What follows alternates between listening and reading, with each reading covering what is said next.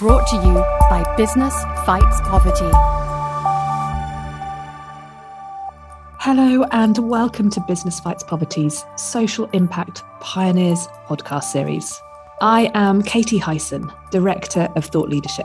These interviews with social impact pioneers provide you with insights, different perspectives, advice, and maybe a little inspiration, giving you first-hand understanding of how businesses and others are tackling some of the world's biggest social challenges, so that you can learn from those who have been there before, helping you in your decision-making and action-taking.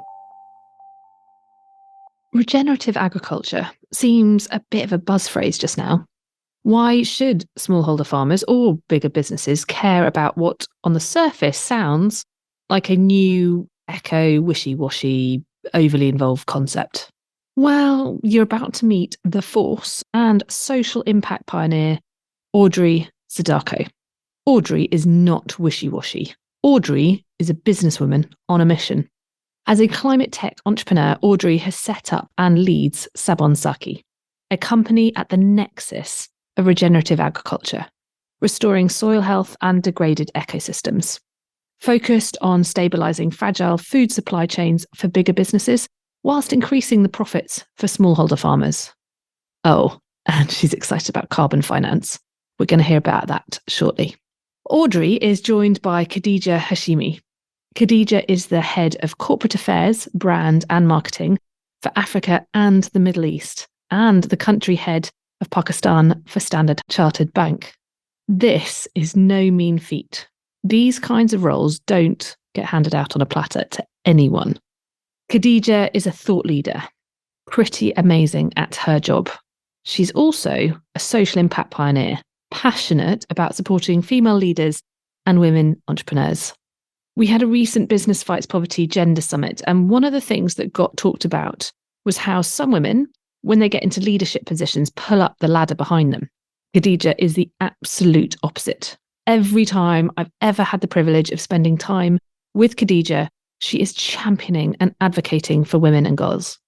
Khadija might be an amazing leader within Standard Chartered Bank, but it is because of her passion to help others succeed and the Standard Chartered's initiative, Futuremakers, which she has helped to spearhead, that we are talking here today.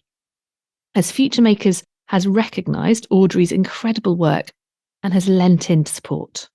Today, we join together to learn from Audrey and talk about how banks and other businesses can really lift participation through women's economic inclusion and make a difference by supporting social entrepreneurs. So, Audrey, Khadija, welcome. Thank you, Katie, for having us. Most welcome, Katie. I'm really looking forward to our chat this afternoon. Great to have you both. So, I wanted to start the conversation today. Audrey, can I turn to you first? Can you tell us a bit about why we need to be thinking about regenerative agriculture and soil health? What does this really mean for smallholder farmers in the areas that you're working with? Thank you, Katie. To be honest, I've been keenly observing current climatic conditions, and I do surmise that we on Earth at loggerheads with nature. We've been working out of sync and not in tandem with her and her principles. I'll say we're guilty of adopting harmful environmental practices and engaging in degrading activities that are detrimental to the environment. And undeniably, the grim status quo, which is rife with extreme weather temperatures, flooding, drought, poor crop yields, have impacted livelihoods as well. And this tells the entire story. For farmers especially, who are at the front lines in this fight, they are bearing the brunt of this, and they're faced with the repercussions of unsustainable food production and land use as a result of the poor unsustainable practices that we've engaged in. For regenerative agriculture, it allows us to be one again with nature and circle back. This is where farming adopts holistic and restorative ecosystem approaches to how we grow food, how we take care of our soils, our landscapes, etc. And for farmers, more importantly, it enables them play a vital role in adapting and mitigating climate change by, one, increasing soil carbon, two, improving soil water conservation, improving soil biodiversity, and increasing crop yields as well. Essentially, farmers would be well equipped and would be building an arsenal to combat climate crisis, ensuring that with over 95% of our foods grown in soils, they'll be able to do this more organically and produce the nutrient-dense food we're looking for. And staying with you, Audrey, I mean, can you tell us a bit about the business, the work that you've set up because of that insight? What inspired you to get started? And what are you hoping to achieve through it? Sabon Sake, as a climate / climate fintech organization, is invested and has been invested in building more regenerative agriculture, resilient and thriving farming communities. And these are the values we stand by. We are in a relentless quest at the moment to transform waste, which people should see as a resource, into value-added products and services, and as well transform the mindsets of the people we work with and we're hoping to live up to the meaning of our name, which indeed means to transform or to make something new again. Currently, we've honed in on improving soil health, reversing degradation, and resisting harsh environmental practices. And we have gone the route of providing soil solutions, tools, and resources for everyone, especially those in the farming communities, and enable them to build soil capital and create more access to nutrient-dense food that improves their well-being. In order for us to do this more sustainably, we're leveraging on technology to promote regenerative agriculture and manufacture sustainable biochar and biochar organic soil boosters that enable farmers build drought resilience, to sequester stable carbon in the ground, boost their soil fertility, all in the quest to support sustainable food production. So the question of what inspired us, I would say that we're inspired by the need to create and contribute to a more sustainable food factory system, such that food factories would have more adequate supply of their raw materials from farmers. And we're really agitated by the collapse of food factories, not just in Ghana, but across Africa. And we were just really deep thinking about ways to make more thriving systems and thriving inputs for them. And that's how Sabon Sake was birthed. But ultimately speaking, I would say that we hope to achieve a net zero in the way our food systems are developed and accelerate the transition for a lot more farmers in especially the rural areas, transition well enough into regenerative agriculture and build more thriving, holistic farming ecosystems. Oh, wow. It sounds amazing. Audrey, and you've been part of the Futuremakers program. How's Futuremakers helped you or been on that journey with you? It's a delight, and it has been a delight to be a part of the Futuremakers program, specifically the Women in Tech program. It provided a timely financial and non-financial support for Sabon Sake. We were at the stage of our business where we were reflecting on what next. Do we pivot or not? How do we create more sustainable business model and create a more sustainable business operational procedures? And we're excited to hear about the opportunity, applied, and we're accepted. And for us, the seed funding definitely helped us improve and contribute to our current infrastructure, where we manufacture and produce sustainable biochar for farmers and farming communities. And the second most important benefit, I would say, has been with community. We've been blessed to be a part of a solid community, having access to like-minded individuals that share and believe our vision, that are also excited about creating impact. And we found amazing like-minded women entrepreneurs that we could lean on and exchange ideas. So it's been a lot of learnings, a lot of exchange. And I'm very excited because that has shaped the next 5 years for us and created more energy in our step, more verve in what we do. Thank you. Congratulations. Khadija, I wanted to bring you in next. You have been with Standard Chartered Bank for some time and deeply involved with Futuremakers too. Could you tell us a bit about yourself and how you came to be part of this kind of community and this movement? Thank you so much, Katie. And I just have to say before I talk a bit about myself that Audrey, that's just so inspiring just to have a basic idea which can have so much meaning in a country which really needs this kind of work is just remarkable. And I'm so proud and really happy that we, in a small way, have been able to help you build and grow your business. So, congratulations and look forward to seeing even more amazing stories coming out of your venture. So, Katie, thank you so much for inviting me here. It's one of the I would say one of the most kind of exciting and rewarding experiences of my career at Standard Chartered to be involved in programs such as I think Women in Tech that Audrey was talking about, which is one of our flagship Futuremakers programs. Just telling you a bit about myself. So, yes, I've been with the bank a long time. I started with the bank some 25 plus years ago. It's my first job. And the beauty of the bank really is that it spots good talent, it spots great ideas, really capitalizes on strengths and helps individuals both on the staff side and clients or communities really grow and prosper. And I've been really fortunate. I've been in the role of corporate affairs, brand and marketing head for Pakistan and now the region, Africa, Middle East, which enables us to get really close to a lot of the beneficiaries of our Future Makers programs. So, yeah, so that's my introduction.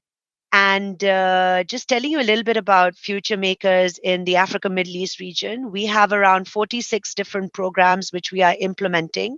And for those who might know Future Makers, it's Standard Chartered's global initiative, which tackles inequality and it promotes greater economic inclusion. The focus is in three primary areas: education, employability, and entrepreneurship. And entrepreneurship, which is basically the pillar that Audrey's program falls within, is around how we are trying to support and develop broader business skills, building that financial knowledge and providing access to finance. So that's the seed money that Audrey referred to finance the networks of young people. And Women in Tech, which I mentioned, the program that Audrey has been on, is our flagship program in entrepreneurship. And the beauty of this program is that it sort of puts like minded women, as Audrey put it, right, together on a simple platform where they receive some training, mentoring to actually grow their businesses and have like some more insights on how they can actually make them more sustainable.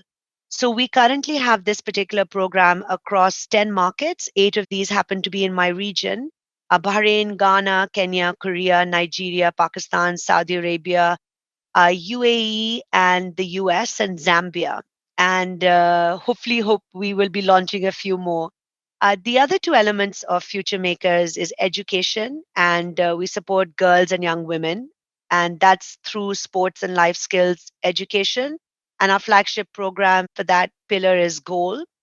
And we have in 13 of our markets in Africa, Middle East, reached over 200,000 girls in the past, I'd say about 15 plus years. Employability is our third pillar, and that is a way that we provide training for young people to become job ready.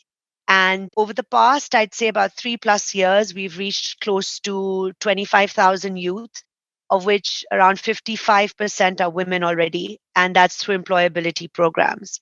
So I'm really, really excited. And I think Audrey here is a fabulous example of how we are really supporting young women be much more financially included, and we're helping them lift their participation in societies and communities, and actually using technology, which is quite critical here because that is the new kind of focus of the future to really tackle, as Audrey said, climate change by working with farmers in Ghana. And really proud of the work people like Audrey are doing. Oh, thank you, Khadija. But bringing those two pieces together, it's that nexus. That's where the exciting pieces happen. Khadija, just to sort of follow up on that work that you guys are doing, clearly you've got quite a lot of focus there on women in particular. Why is that focus required? What is it that we need to do better for women in particular to ensure that they can really kind of get on and get going? So thanks for the question, Katie. And it's a really important one because especially in the markets in which sort of I'm based, right? Africa, Middle East, I think it's important to see how women are included in economic prosperity for markets. At Standard Chartered, we believe that when we invest in girls and young women, we're actually bringing greater prosperity and diversity to all of the markets in which we operate, because often this sort of sector of the workforce is not really focused on that much. Women entrepreneurs on the rise globally, and we found both in the African and the Middle East region, it's kind of taking things over. Historically, Africa has led the world in terms of numbers of women business owners, with countries like Ghana, where Audrey is from, and also Uganda leading the way.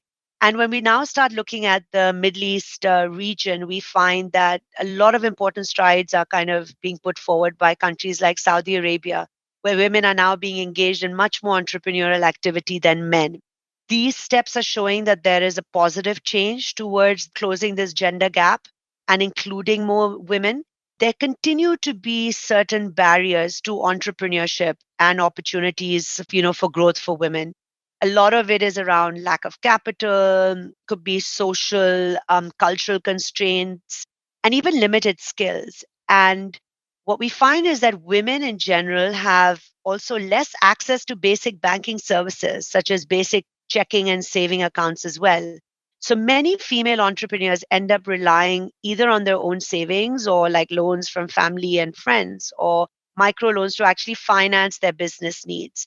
But because of the nature of the way they take loans, or they get a lot of funding, it doesn't really allow the women, borrowers to make long-term investments in businesses.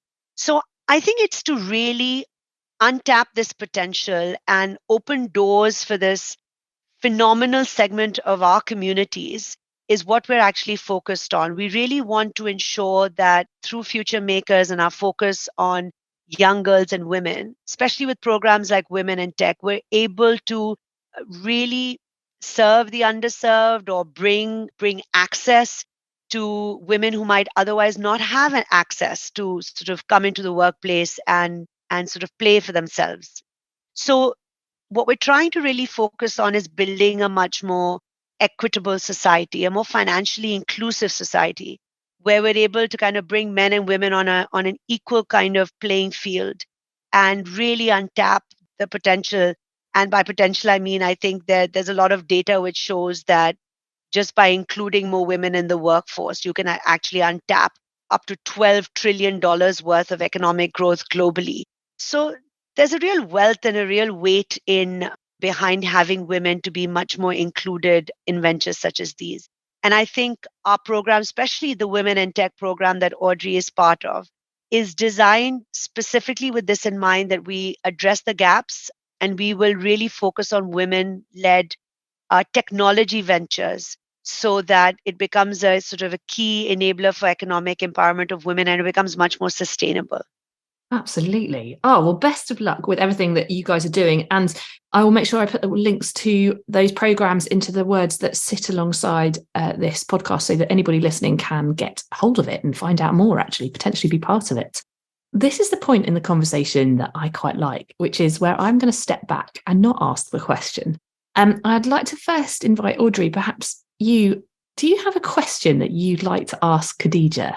What's sort of top of your mind? What would help you on your journey? What question would you like to ask? Audrey. Thanks, Katie. Khadija, I have heard your story and I think it's remarkable, come with a lot of knowledge and experience as a leader in a bank. I would like to know what would be your top 3 tips or guides or rules or mantra you go by that could support women like myself and across Africa and the world. Thanks, Audrey. I think first and foremost, it's really important to just be yourself. So often we get so caught up in trying to be somebody else or get to a position. We know what leaders supposed to look like, so we want to emulate that. But I think at the heart of everything is just being authentic, being led by your own purpose, and just focus on the area of passion. And I think that if we focus on things that we're good at, that we love, we will always really do well here. I think, secondly, I'd like to add to that, apart from just being yourself, is that obviously we'll have challenges, and women face a lot of challenges across the way because they're often doing more than just one role, right? And that is, we need to have a little bit of resilience. So take on any kind of challenges with a forward foot, with a smile on your face, but at the same time, also being agile and a bit adaptable to the changes as our world is evolving quite fast. And I think lastly, it's about daring to stretch ourselves more and more, always trying to be the best version of yourself, work harder and smarter to kind of get to the next level. I'd say those would be my 3 tips, Audrey. Great tips. Audrey, what did you think? Amazing. Thank you for that. I was taking lots of notes in the background. I like being part of these conversations. Very useful. I always learn lots. And I want to flip that round now. Khadija, your turn. What would you like to ask Audrey? So, Audrey, I've been thinking about what I could ask you when Katie talked about the fact that we would ask each other's questions. So I'm wondering, you're leading communities and you're working with farmers, enabling them to be much more resilient to climate change. And I was wondering if you had any thoughts on what we as a bank should be doing in this area to help too.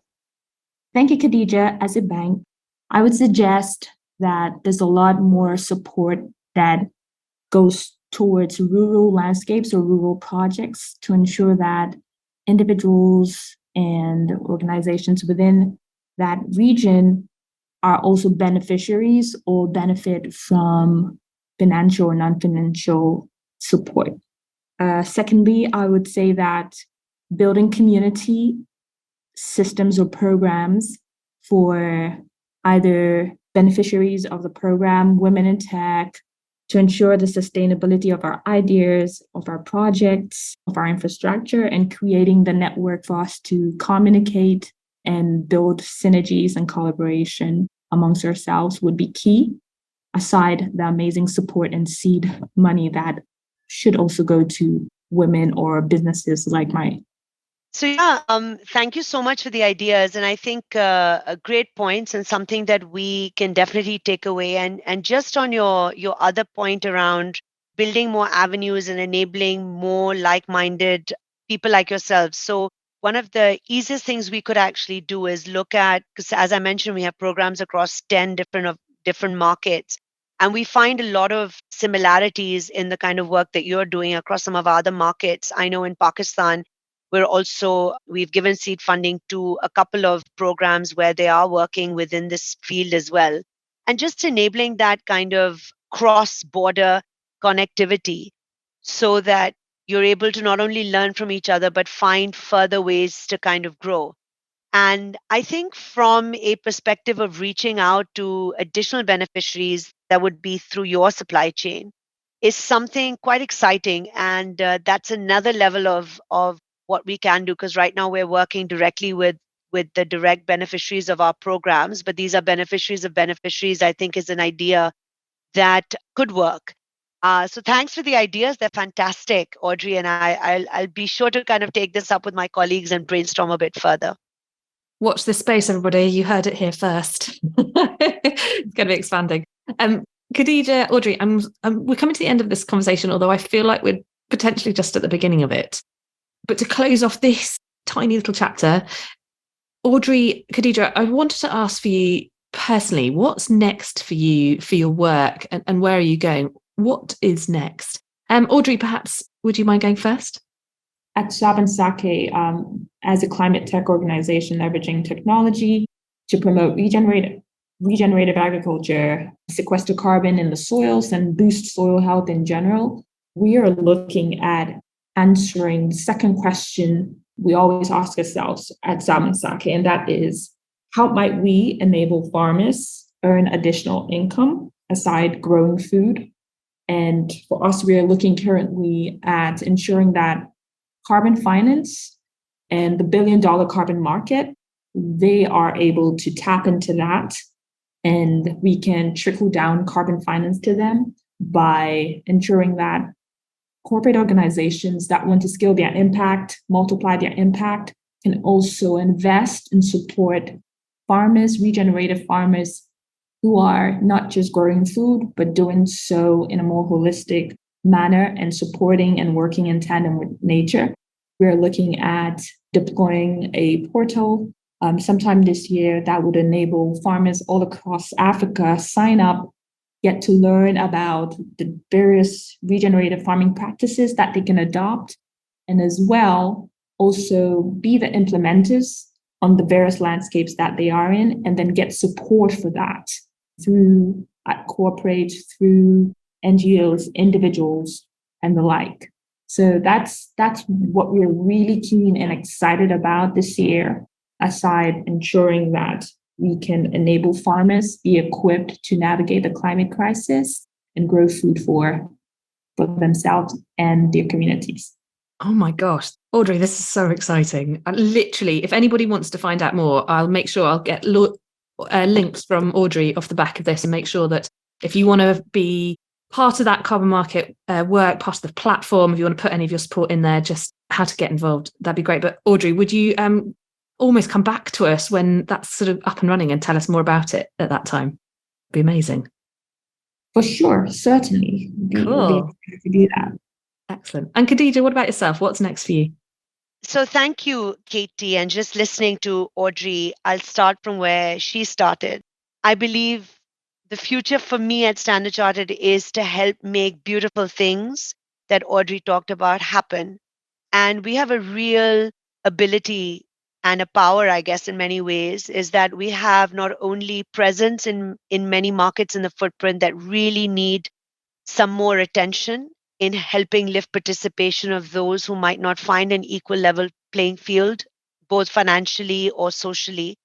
And really through Futuremakers programs and the deep-rooted understanding of the markets in which we operate, we should be able to really address the needs of those markets. And the future really is to try and understand more of what is needed, how we can help and aid and support young people, and especially women, get much more included into the community, into the economy, and really help with their livelihoods.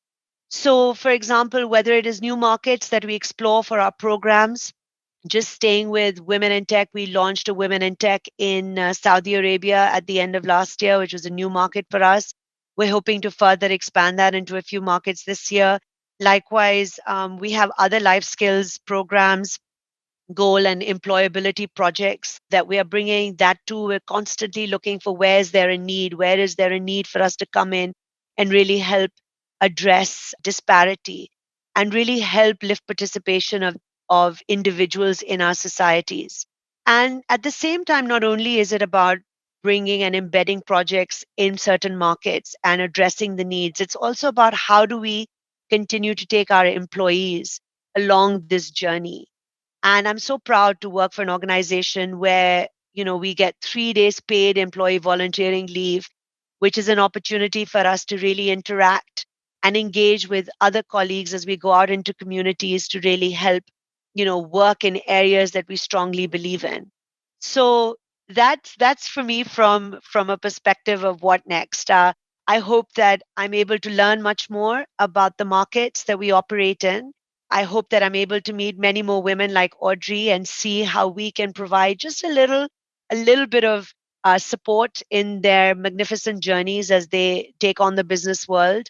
And I really hope that we're able to tell our stories, because often organizations do wonderful things, but their stories are not told. So, Katie, thank you for this podcast, because it enables to really bring to life the stories of the change makers in many ways, our future makers who are out there to really build a better world for all of us. Thank you. Oh, thank you, Khadija, and Audrey. I literally couldn't agree with you more. The point of this whole podcast, the point of these stories, is that actually we are so bombarded with negative, but it's the potential success of the work that you guys are doing, whether it's Khadija through multinational corporations and the ability to really create the structures and the support to help others to get going, or through Audrey, the work that you're doing to genuinely transform people's lives, build that resilience, but also think really big, like future-proof pieces. So I wish you both all the success, and to sort of, quite frankly, we need you to succeed. So Audrey, Khadija, thank you very much for joining us today. It's been a pleasure, Katie. Thank you so much, Katie. Wonderful to meet you, Audrey. And if you like what you've heard today, please do rate and subscribe to us. I would also love to hear your feedback, so please do drop me a line at any time. I'm Katie at businessfightspoverty.org. Many thanks.